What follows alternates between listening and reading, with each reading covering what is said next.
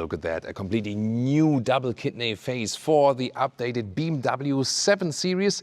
How good is it in exterior, interior and technology? Both combustion engine, in the middle the plug-in hybrid, and also the all-electric i7. All the details you need to know right now with Thomas and Autogefuehl의 in 4K, full screen, full length.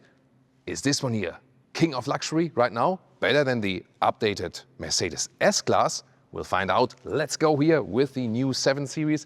And this double kidney is, I would say, in a way, less dramatic than before. Not sure if you share my opinion on this one here with the illumination, but I would say it looks a little bit more, you know, drawn back, considering that before it looked maybe even more like woo, screaming out. You know what I mean? And then here you see the top part is closed, although this one is the combustion engine version, the 740 actually, and this, the lower part here, is then the adaptive opening for that. We have in the front this so-called valet, so it's like this indentation right here, and this is of course like a planned indentation, BMW logo, and we see something of that resembling in the rear very soon. No matter if you go for the i7 or, you know, for this one here, the petrol, it will all look the same basically. Here this then the crystalline daytime running light, and the matrix LED, the main headlamp unit, is in the lower part. It's also a two-tone paint. You can go for a one-tone paint, no problem. This one here with oxide gray in the lower part and then black on the top part here again with this separate strip here as well. This is of course a lot of work then in the paint shop. 22-inch wheels. These here are in between, 21. I think also pretty cool styling, and the length stays at 5.39 meters or 212 inches. The classic 7 Series sedan style, of course. Oh, and we already have a spectacular feature for you, because I have here the automatic doors on a separate hotkey here, right there. There we go. So yeah, I can open all doors at once. Soon more to this interior. We also have an updated theater screen, by the way, and I can also hold these again to close all doors at once. There we go. Technology in action. And then here the rear, this is completely new design. You maybe remember that the previous version, the pre-facelift, some even said like Bangle citations, had like this trunk cover, maybe really like put on top of the car. This does not look like that anymore at all now. This is now more, let's say, like seamlessly integrated, and also the tail lamps are wider, horizontally drawn.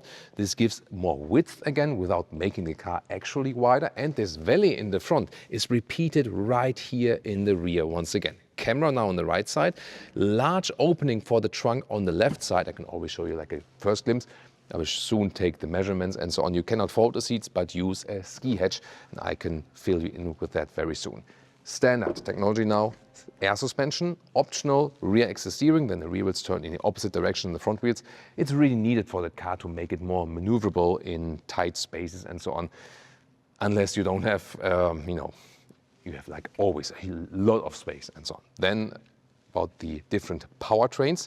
You get rear-wheel drive versions from the 3-liter 6-cylinder outside the EU market, for example in North America. You can also find the extensive list of the power. Yeah, sometimes I just, you know, can't wait for the electric doors to open and I do it manually. That's why I'm not the biggest fan of electric doors though. They are a luxury feature, yes, but sometimes also annoying. And then the one we have in here, the 740. They don't use the I at the ending anymore, because I is now reserved for the electric ones. So the 740 X-Drive here, 3-liter inline 6-cylinder, 400 horsepower and 5.1 seconds in the acceleration figure. Then, as I said, rear-wheel drive models are also available there in certain markets. That this one closes properly, by the way, you have to like really slam it again, so I'm already excusing for that. Based on this one, also the plug-in hybrid models, also in two different power outputs. We'll soon also show you the top-of-the-line plug-in hybrid model, which also has a special paint that looks very spectacular indeed. And then also the 3-liter 6-cylinder diesel is still available. There will later be, again, an M Performance model, also with an 8-cylinder coming up, I heard. And the i7 receives, let's say, the biggest update, because that one now has 10 kWh more battery at 112.5 kWh. So this will give you more range. They also updated, you know, a little bit of the efficiency and so on. So this is a nice upgrade then for the i7. Charging, however, remains for the i7 a little bit slow at 29 minutes from 10 to 80% state of charge, because it is still a facelift, not a completely new model generation. That's why they have not moved it to 800 volt architecture. Still 400 volt. So you have like 250 kilowatt DC charging as a maximum. This is like the base, like the general tech overview, general tech. There we go. So now it's also properly closed. And now let's check out the interior because we have some news there. Yeah, electric door opening is possible with the key fob. You can also pull it here. Sometimes it opens, sometimes it doesn't. Yeah, there is always something with these doors, but that's not BMW specific. It's also with other manufacturers. I also like to slam them, but here it's hardly possible because they're so heavy. There's so much resistance from the wind. And then you also have this magic soft close. Let me show you again here. There we go. Ta-da. Yeah. And then, you grab in here, and then there's also some feedback here at the back part. Inside of the doors then, everything is wrapped tightly. Bowers & Wilkins sound system, new sound system, 36 speakers, and I'll also test it for you today. These ones here still move for the seats. That's actually pretty cool. And also nice build quality here. This lower part here, this will still be updated. It's a pre-production model, so this lower part will look like this upper part here soon. Then we have a new steering wheel carry over from the Neue Klasse iX3, i3, with the difference is that the white one is from Animal, where it's not from Animals in the iX3 or the i3. Just for reasons of tradition, there's no technological or logical reasons for that because the material feels completely identical, honestly. And then you can get a sports steering wheel. The sports steering wheel in black also is available animal free, like in the iX3 or i3. And then you get an M Sport steering wheel with spokes in the lower part. And then these integrated buttons right here, which only appear when you can actually really use them. Seats, you can also get the Veganza animal free seats. These are the animal skin seats. The only sad thing is that the Veganza is not available with seat cooling. That is only available for this seat. For the other one, they probably forgot it, basically. Then let's get inside. And then you can move the seat backward right here. And then with one A9 6x2, there is still some headroom left, but you see, that this platform also supports the battery in the lower part. You don't sit too low, actually, but it still works. And beautifully done here that we also have the microfiber covering here from the inside, and also then here, for example, from the from the sun blinds and so on. Cannot extend it right here. And the steering wheel goes up and down electric, and also in and out electric. We have a control then right here, left side next to the steering wheel. And in the lower part, the manual opener here, they actually increased the size for that you can easily see it where you could, just in case, open the door manually. And this is the completely new cockpit of the BMW 7 Series. Carry over from the, oh, now the voice assistant is listening to me because I said BMW. So carry over from the BMW iX3 and the i3, but with some special features, let's take it that way. You've seen the new steering wheel. And yeah, it is splitting opinions in the form, but I have to say the grab in here for the thumbs, this is extremely good to control. I would probably maybe not go for this specific one, but in this case, I would go for the animal-free solution, then the sports steering, and in the iX3 and the i3, I would pick the M Sport steering, which has like the spokes in this part here, in lower part, so you can play around with that a little bit in the configurator.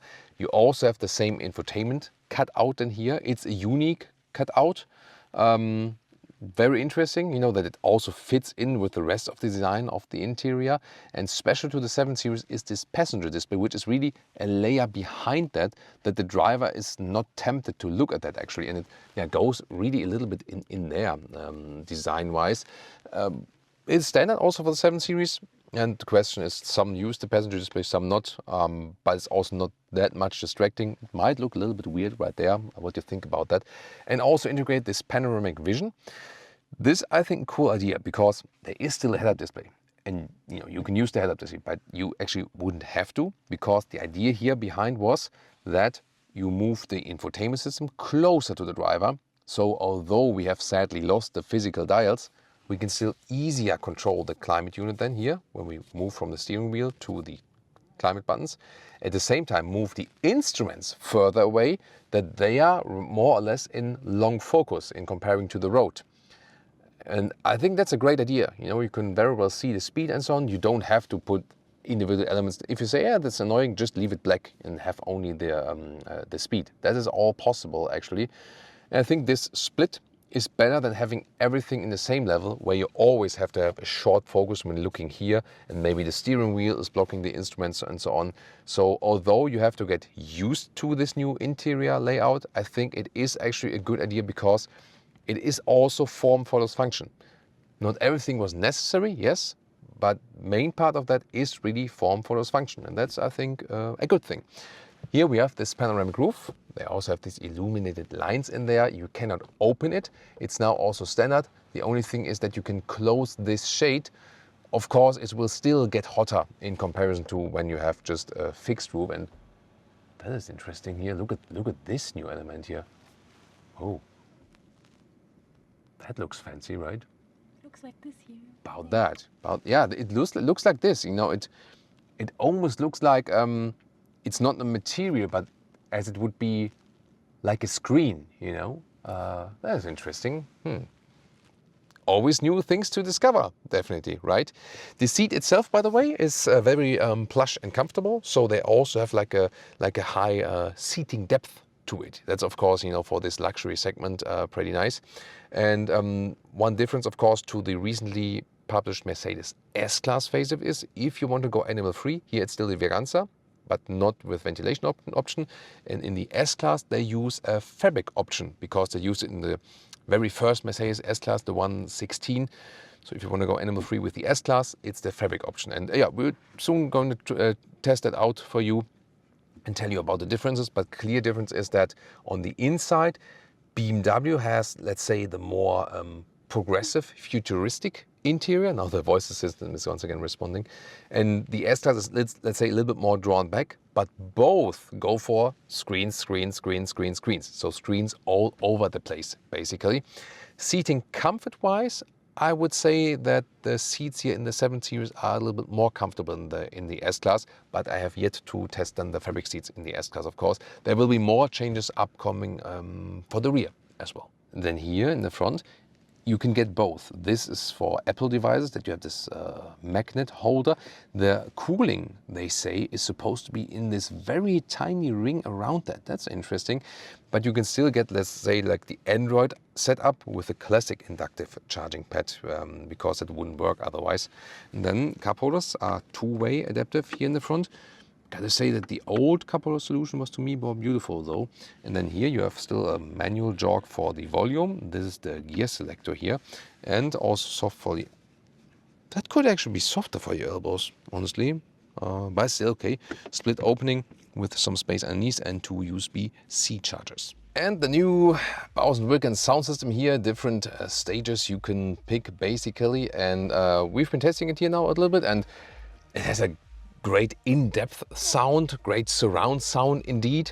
And I mean, yeah, 63 speakers. So it also has this 4D sound that you have like vibration in the seat if you like it. I'm not the biggest fan of it.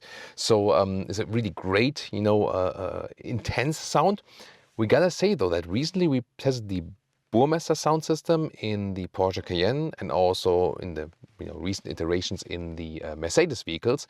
And that one is even one level above that. So, and I also had the feeling that the Bowers & Wilkins in the Volvos somehow had maybe a better integration. I'm not sure if it's just a subjective feeling and so on. And we will test it once again in the next Volvo reviews as well, and then compare it to that.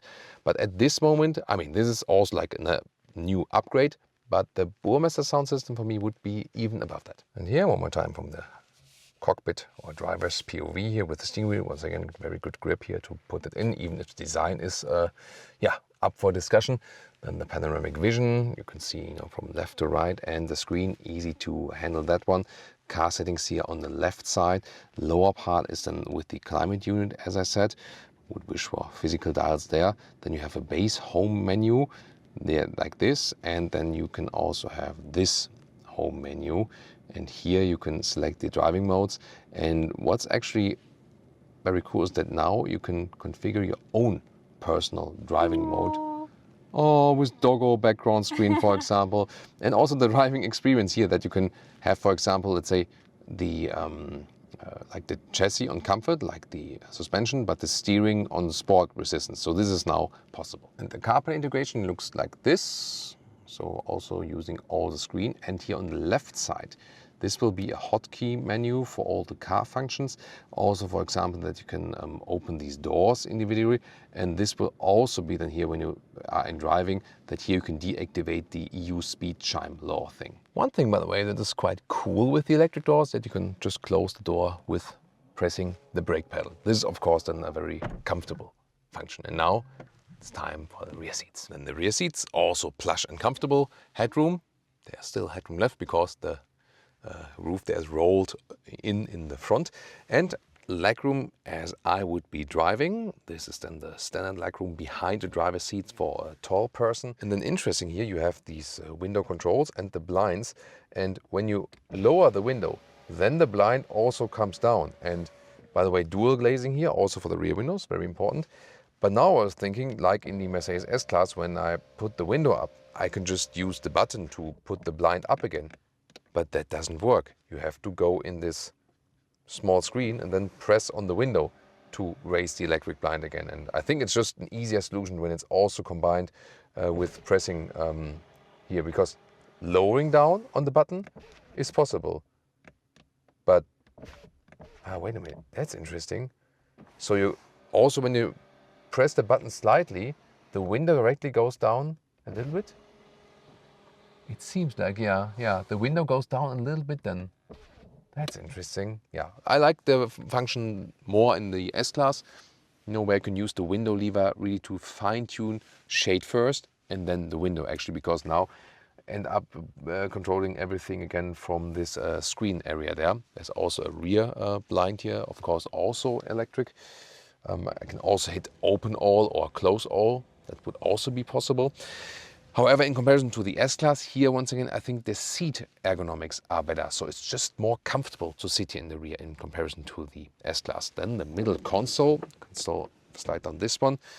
Here in the front, you open the cup holders, 4-dot design, pretty cool. And then here, open this one for 2 USB-C chargers. Everything also covered from the inside.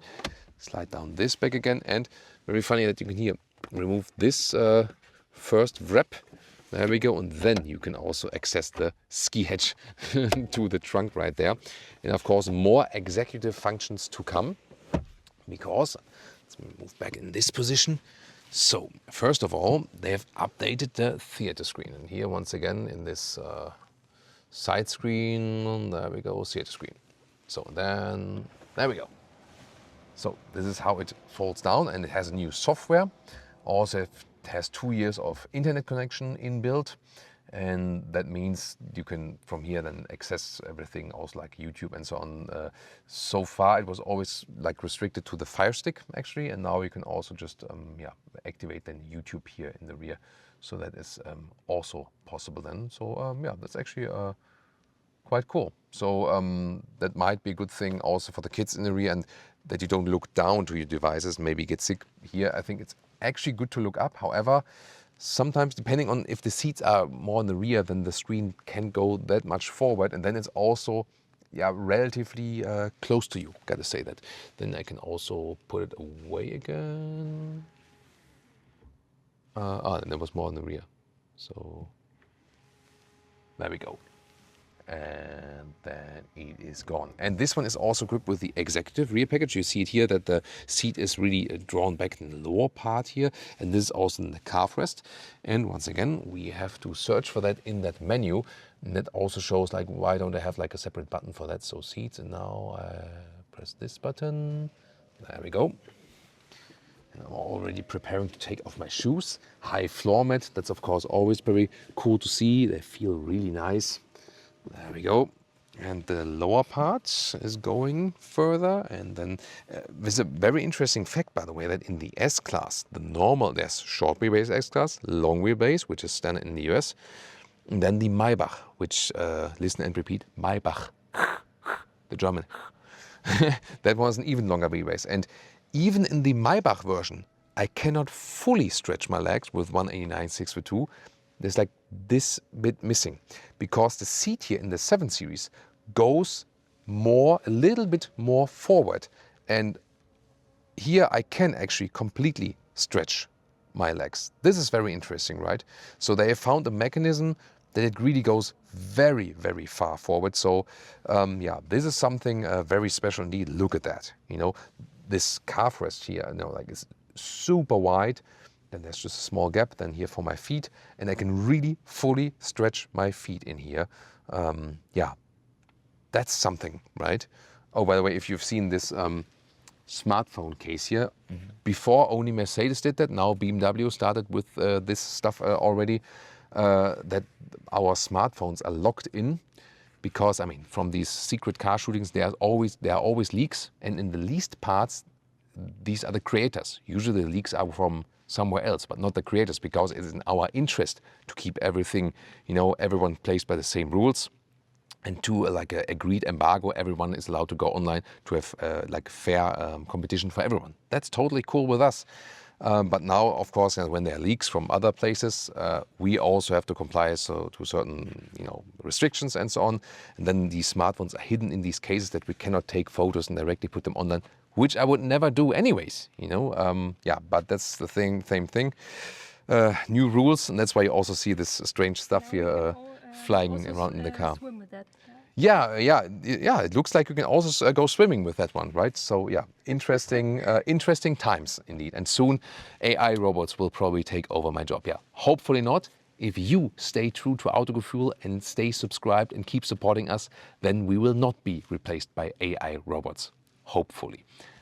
This is super comfortable here. So yeah, this is, I think, for me, the dream setup here for the executive seating here. I can't remember any other executive sedan that is so comfortable here in the rear. I really gotta say that. And also with these special cushions, indeed. They are, by the way, also from microfiber, because it is actually the you know, the more pleasant material to the pale skin. I've got to say that. So yeah, this is very well done, very well executed in the executive spec here. By the way, here, interesting mechanism for the ISOFIX. You can fold this up, then you have the access to the ISOFIX anchors, and then you could pull this again, and then it's going backwards and pulled tightly again. Yeah, interesting. Haven't seen that so far here. Now to the trunk or the boot. So the trolley here fits in easily, also vertically, so it's actually not that flat. And the width here is between the wheel arches about 36 inches, 90 centimeters wider than here.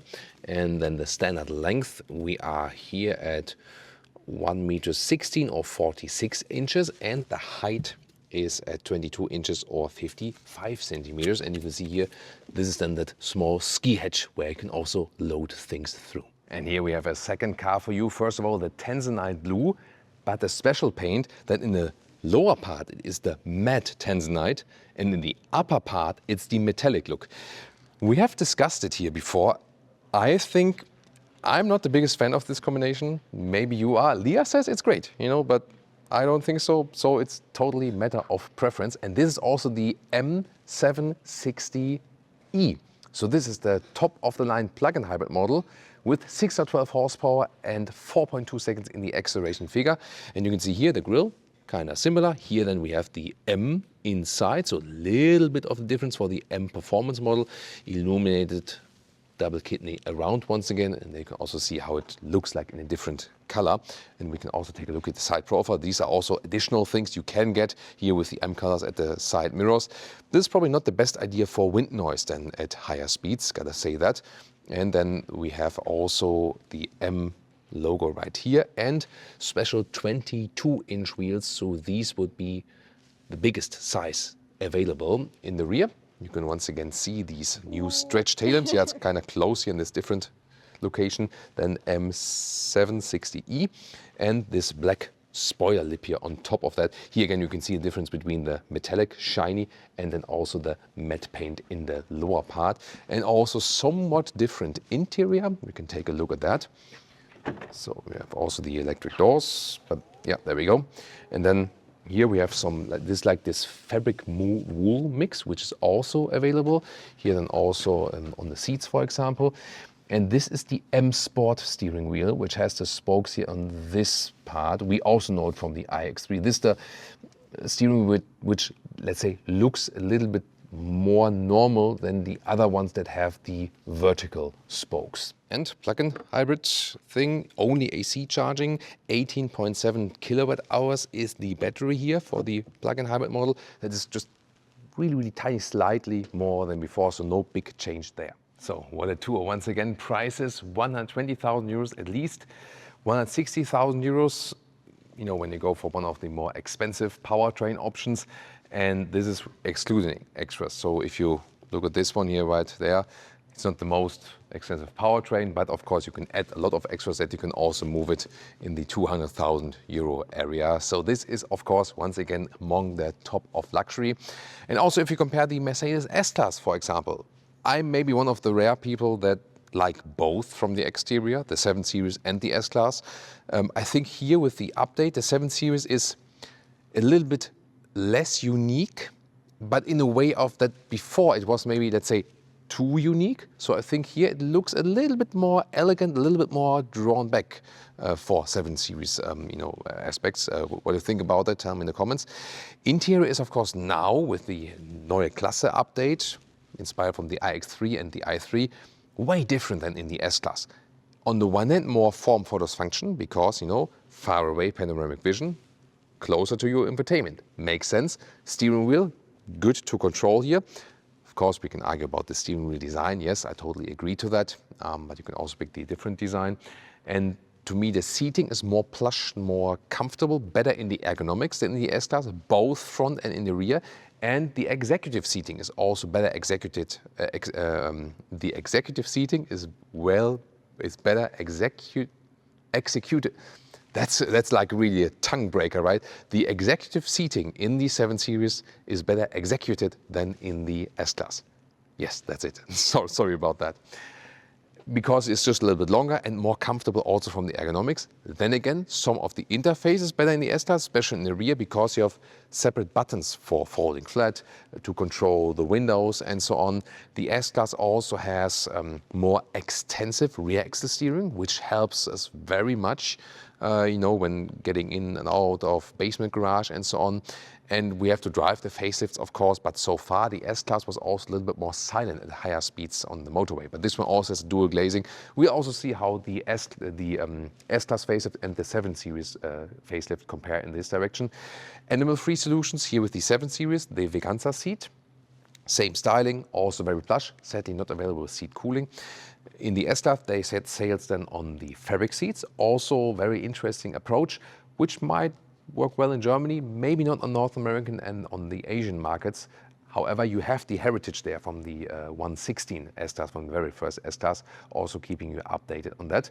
Then, of course, different strategy where the 7 Series has the i7 on the very same look, the very same platform, whereas the S-Class is separated from the Mercedes EQS, which some don't like so much in the styling and so on. So this is like a fundamental differences. But to me, both are still together king of luxury, and it doesn't make any sense to go above that, like for one of like these super luxury brands, because they are the worst cars. The S-Class and the 7 Series, they are still top of the game. At least that's my opinion, because they drive so extremely well and they have good solutions also on the interior. What do you think about that? And now it's time to compare the S-Class facelift. And recently we also had even the Maybach.